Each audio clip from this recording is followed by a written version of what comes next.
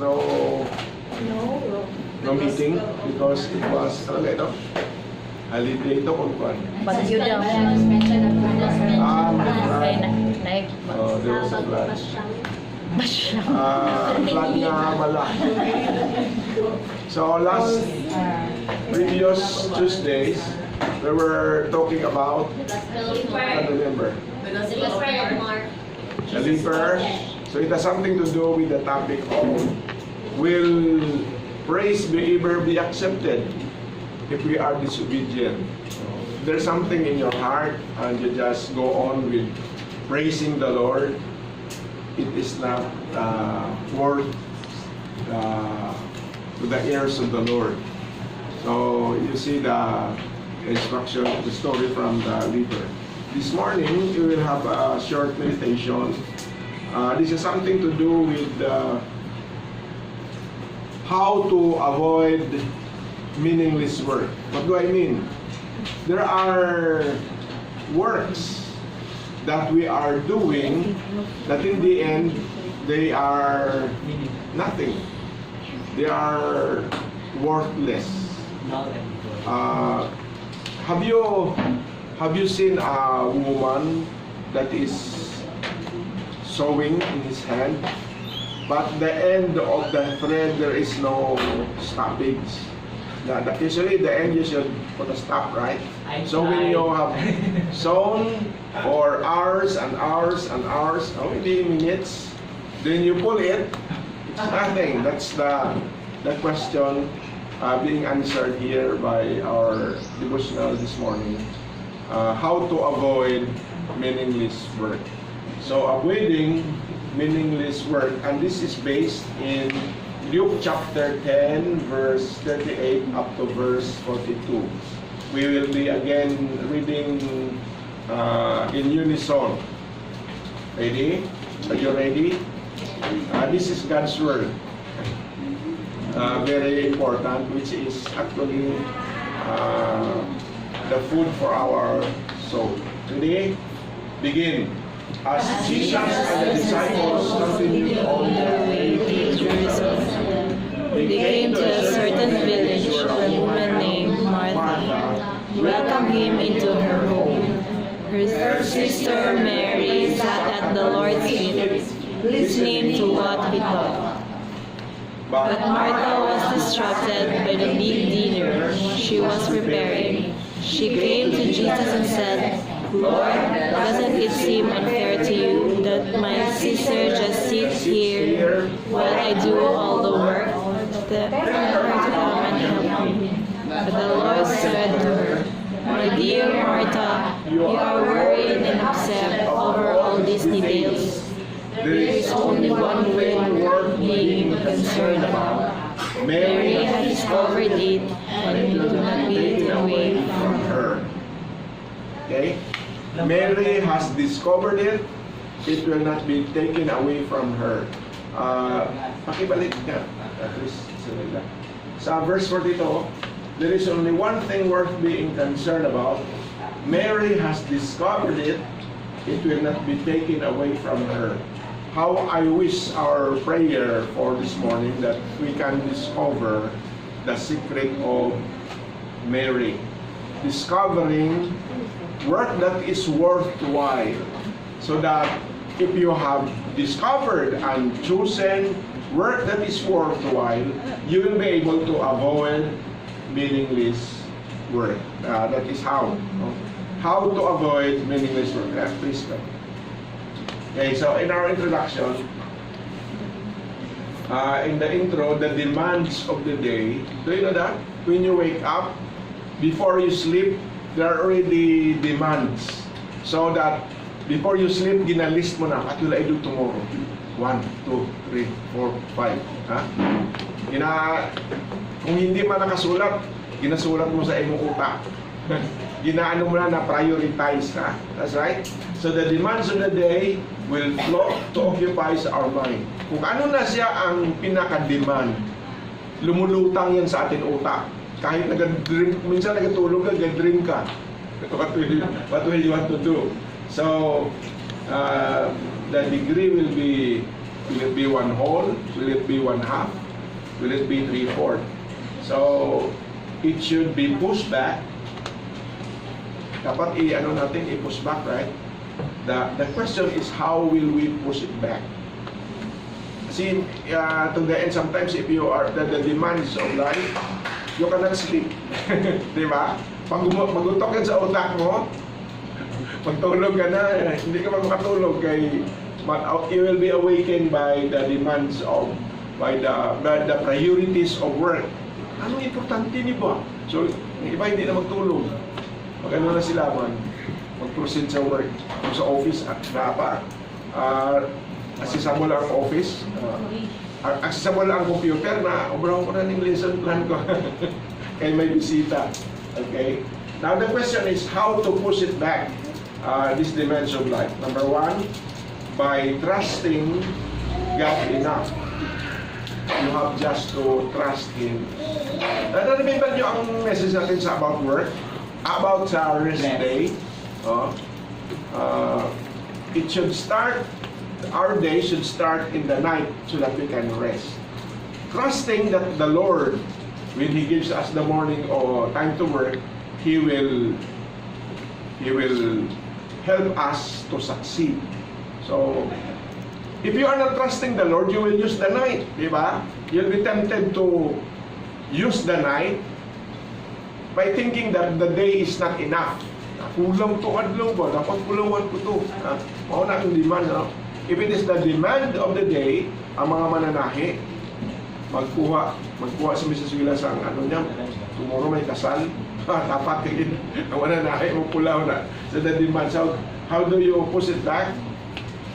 Though I have only half of the day, morning, I have to trust God that He will help me. Number 2, trust God.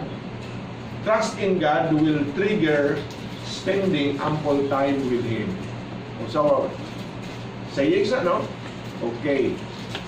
Sabi sa lesson natin, I have only 12 hours. Kasi ang 12 hours, another 12 hours is night, used to be resting. Ang 12 hours will be used for working the demands of the day. But if you trust God, how will you have to trust Him enough? Bailang siya, bailang.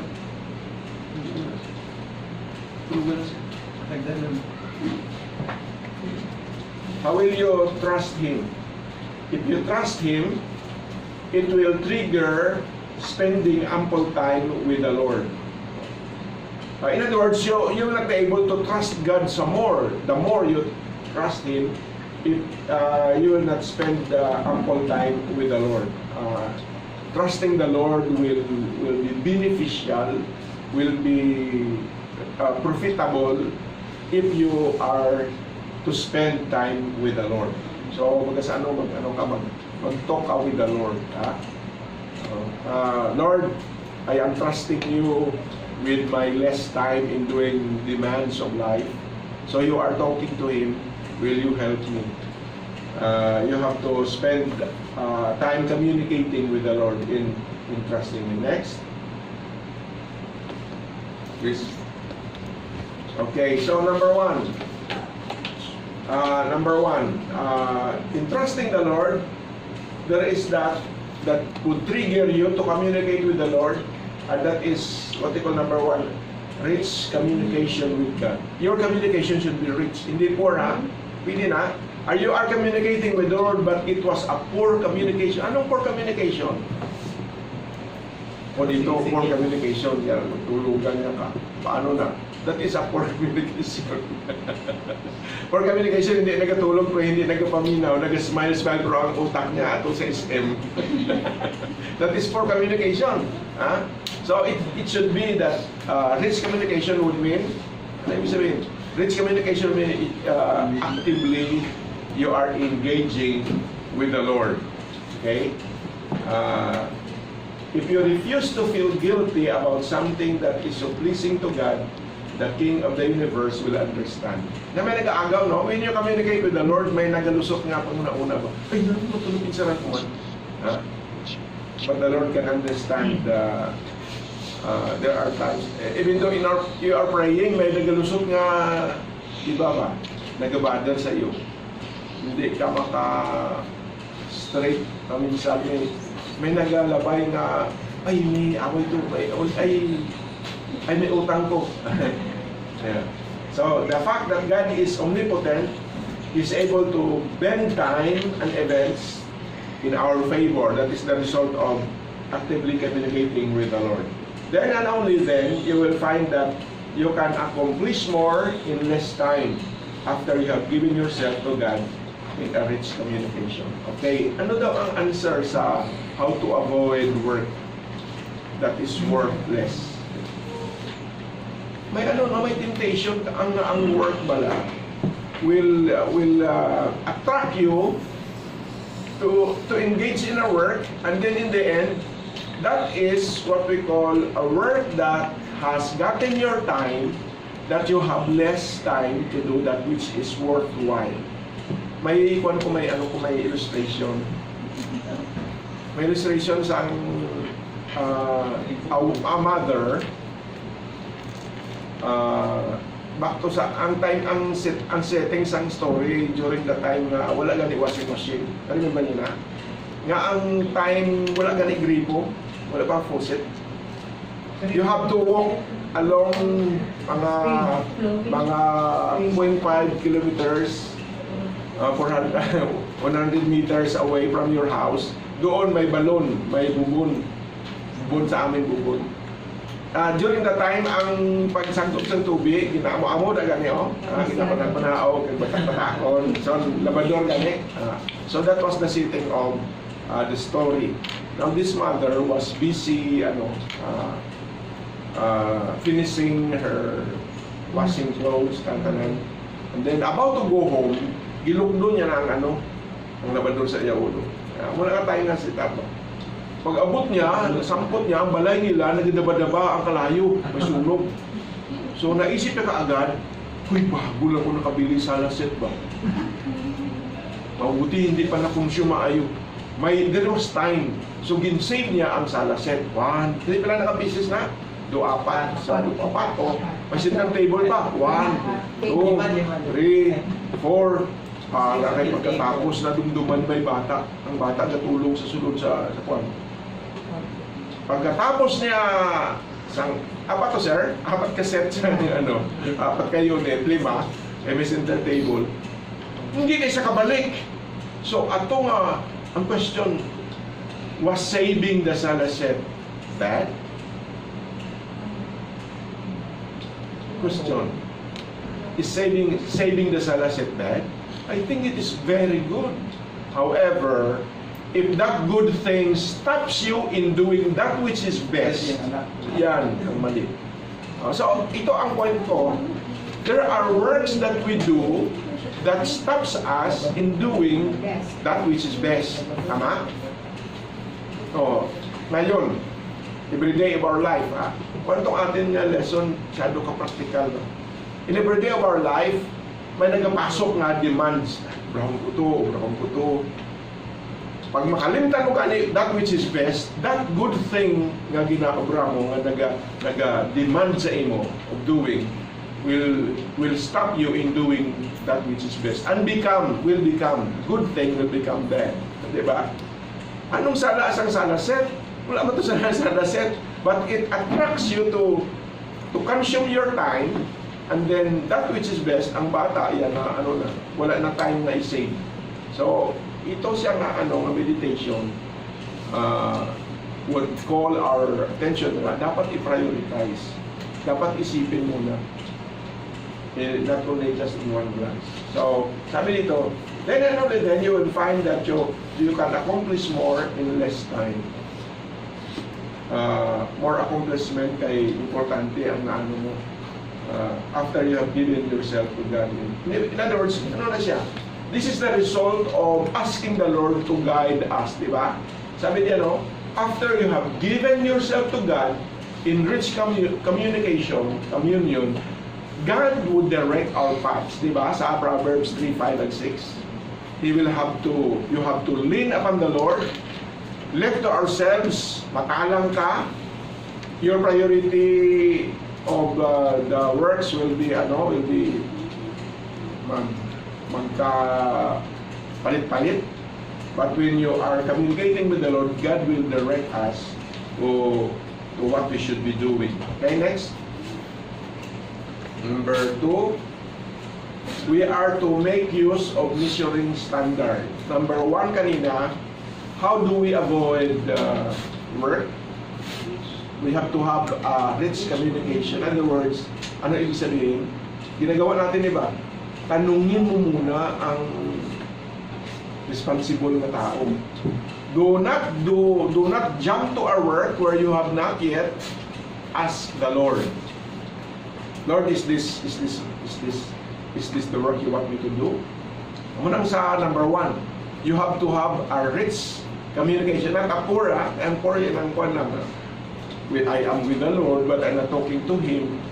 Assume ka lang, I just presume that He is with me, but you're not talking to Him. So, di siya mag-guide sa imo. But a rich communication means active communication with the Lord. He will direct our paths. Then number 2, we are to avoid work na hindi ba na nonsense. We are to make use of measuring standard. I-standardize natin ang mga bagay, no?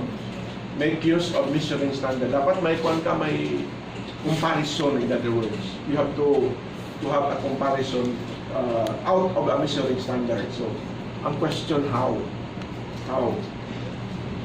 do we have to avail of this measuring standard? Number 1, by aligning ourselves with God's perspective. So do not align your perspective with others. Align your perspective with God.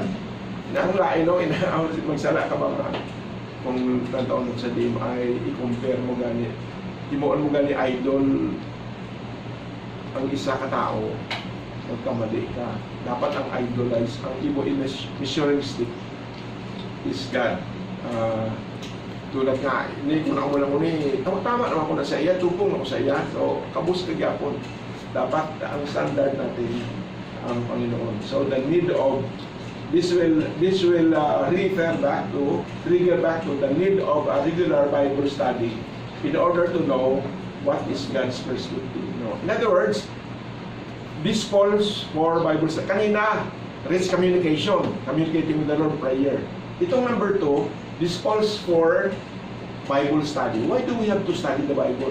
So that when the effect of studying the Bible, you will know God's perspective. Nabalaan mo ang iya mga ways and means. Nabalaan mo siya. So, i-measure mo da sa iya mo nabalaan. So that is the effect of are you studying your Bible? Are you having a personal study of the Bible? Wala. Kulang ka sa alignment of yourself with God's perspective. Because you will never have a measuring standard, not until you know the God of the Bible. Ano ang effects ng studying the Bible? Malaman mo, hindi ka lang mag-assume, malaman mo ang, kung mag-study ka sa may personal siya nga ihambal sa iyo. God will speak to you personally.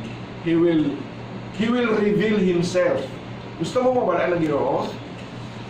He will reveal Himself if you come to study Him. And then not only aligning ourselves with God, number 2, then and only then you can sort out what is important and what is not. So after studying the Bible and having a thorough knowledge about God, o kung hindi man thorough, kay dalo man ang Ginoo ang things that you should know about God. Sabi sang scientist daw, drop in a bucket lang na siya. So however, by studying the Bible, we will be able to know what is important and what is not. For example, what is important in life? Importante ba nga mag-praise? Importante ba nga makarilo? Oo, naamo na siya. May mga standard na may kung ano example sa ako na kadugay na katrabaho, wala yapon ni place, na goal. Naamo na ang iyong standard. Oo na siya. So in other words, Labay-labay gani, labay-labay sila. Labay, di pa rin ka nagkanto sa sala set nga may bata galing importante nga dapat i-save. Ano ba lang importante sa imo? Profession? O kung imo kalag, na, balikan na. So, when you study the Bible, you will be able to sort out what is important and what is not. What is what we call carnal and what is spiritual. Of course, ano ang valuable? Spiritual compared to, because these things, ito, sige, profession, honor and fame, ato ko na sa tugatog, later on, kung matigo ka, hawat ay mo ka lang. Na, mauna, a lot of our time has been given to temporal things, to our physical appearance. Pagwapo ka, sige, kuha ka kurso, sige, tanan nga certificate ara sa imo. Pero kung mapatay ka gani kay wala mo nakuha ang time dito sa profession kaysa ano na. Muna pa sa nga ang ibang na babae nga sobra ka focus doon sa profession, hindi na makauyab. Alam mo mas na? si Juan ba, si Ma'am Tricia kay na-late na daw siya kay. Sa una may nagapangaluyan, importante maka-MA ko ba? Importante ay pagka-MA niya na, ari lang ang mga admirers niya, wala MA siya, matapok ka sa iya. Mauna sa akong, ato ka na sa babaw. Ang magtingala sa imo dapat ato man sa babaw. Ang ari man di mga dyan ito sa talong. Basta nga, teka mo sa istorya sa ano natin, stewardess. Sang mga 20, pala 20 pa siya, 20 to 25. Ang prayer niya definite dito. Lord, give me tall, dark, and handsome with my profession. Wala pa sinagot. Pag ano na siya, mga 30 na siya, mga 30 to 35 na, tall, dark, and handsome, kasi wala na lang ano, wheels. Basta tall, dark, and handsome na. Pagka mo sa 40 daw, delikado na niya, Lord, sa sino na lang. Okay, kunin driver na lang. Pero ang point ko, kung mahuli, pangpan ka gani nga, ara ka na sa taas, ang mag-advise sa imo, nga di nga tagalubuni, mahadlok naman sa imo, kay taas na doon ka. Dollar ka na. So, matakot na sila mag-ano. Kung hindi mo unahan, di ba kuiton? Hindi na sa... Hindi rin, mamulos kuiton na. Okay, so that's the result of Bible study. We will be able to have a measuring stick. Because in the Bible study, we are given materials so that we will know God's perspective by which we can measure valuable things in life. Ano ba? Anong importante? Carnal or spiritual? Kung na gani, sa mga nag-aalis sa DMI, no, pinag-importante, no? Ang importante, spiritual. Nga sana ma-develop natin pang kung Sunday gani, that is the time for the Lord. Diba? Pero may nagalusot pa nga inang Sunday natin sa Ginoo, ang time natin sa Ginoo, Lord, kabisig siya ako ba? Hindi na lang po. Basta kwaon mo pa na. Whereas nga, dapat ang ano niya, kung ang tao na naka-develop na sa measuring stick sa Ginoo, mag-claim na siya nga Lord's Day is God's Day. Nahon ko siya. Pero kung hindi mo na ma-develop, that means wala ka pa sa measuring stick. No? Pag-una ang spiritual things rather than carnal. So kung wala na develop na siya, kung Sunday, bahala na lang. Hindi mo na importante man. Kung buwan lang, may time lang kung Ginoo, simba ko naman. Daw siling ka ba nga, your Sunday is not your day. This is my day. Bahala ako. So wala siya nag-develop, no? In other words, that's the result of not having a Bible study and have not align yourself to have a rich communication with the Lord. Next, number 3, Now, consider there is a, ano ka number 1? Have a rich communication. Number 2, have a measuring stick. Have a rich communication through prayer, measuring stick through the study of God's Word, and then number 3, consider the trap and don't fall into the trap. To be constantly on the go is a trap. Hindi mo, ano, trap nyo to? You want to be constantly on the go. Gusto mo ng ratsada. Ano ang term sa, wapong term sa ano, no? Sa Cebuano, no? Ratsada. Kung giban, a person on the go. Kaya daw kung hindi ko on the go, luluningning, ano na? Kung ang tao, minsan sa emo work, sa ano, gusto mo nga magpasikat ka sa emo boss, gusto mo ratsada ka ba? Dasig mag-isip, dasig huwag ka kabalo nga mali na. Ato gani atong lesson gani natin sa kwan sa atong story gani natin sa lumberjack. Ang ratsada nga tao, paspas na paspas. Sabi niya sa kadaya bakol sa kahoy, maputol ang kahoy.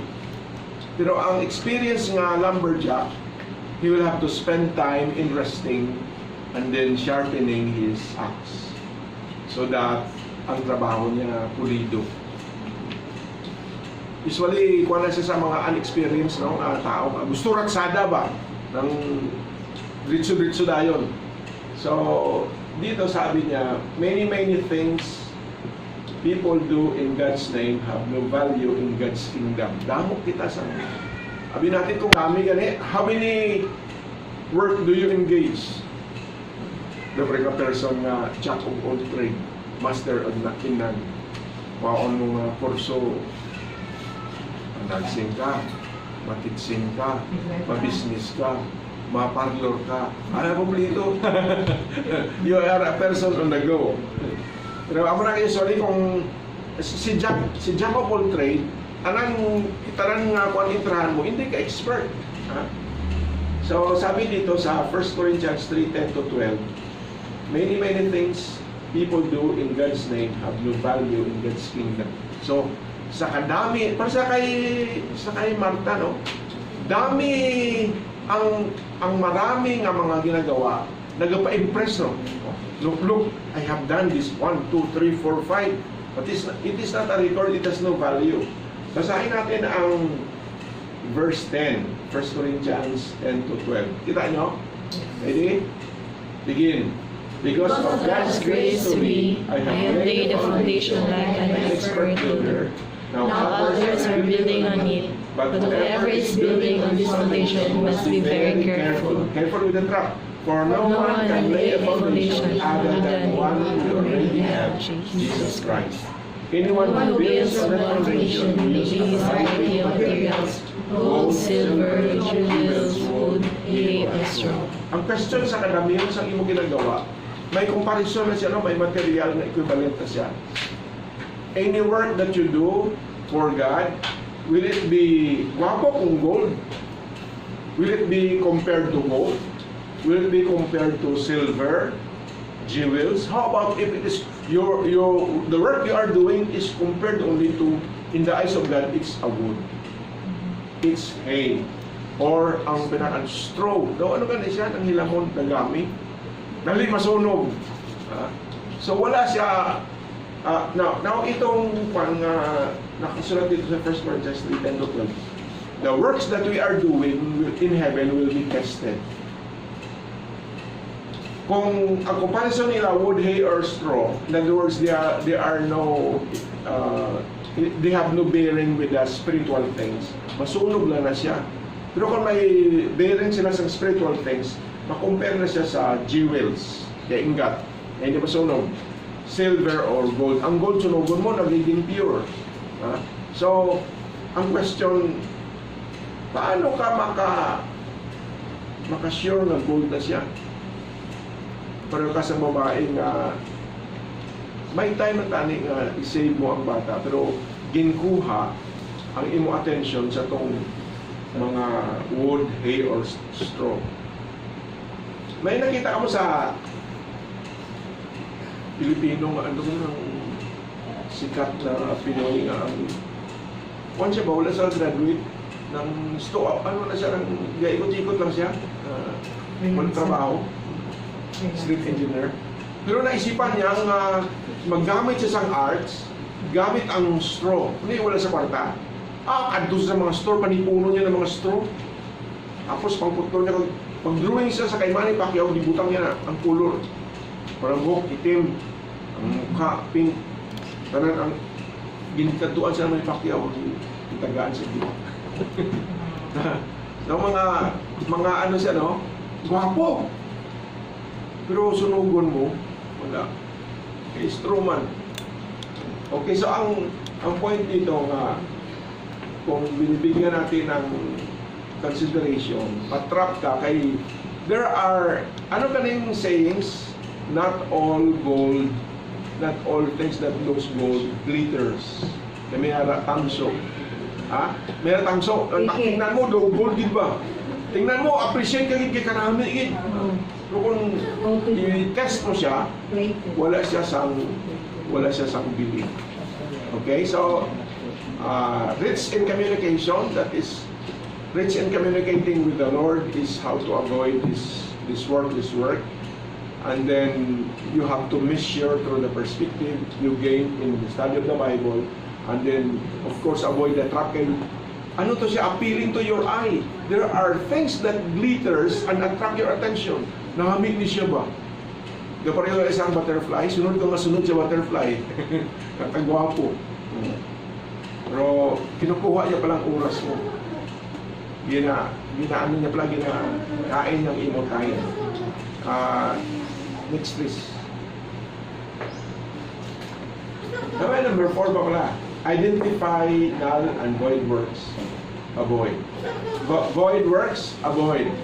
You have to, how will you be able to identify null works? Nasa sabotation, nakita niyo yung word ng null? Sabutin gani? Null and void. Butuhon mo si Juan, for example, lain ng ngalan. Nagsulat ng dapat na record, pero it is a null vote. Isulat mo Joshua Aswila, ang wala pa nagdadalagan, sayang. Munang null na tawag. Munang mo, President Joshua Aswila, hindi ma-count sa pumilig. So, hindi ma-count sa God. So, you have to identify. Paano kung di ka ma-identify? Identify null and void works.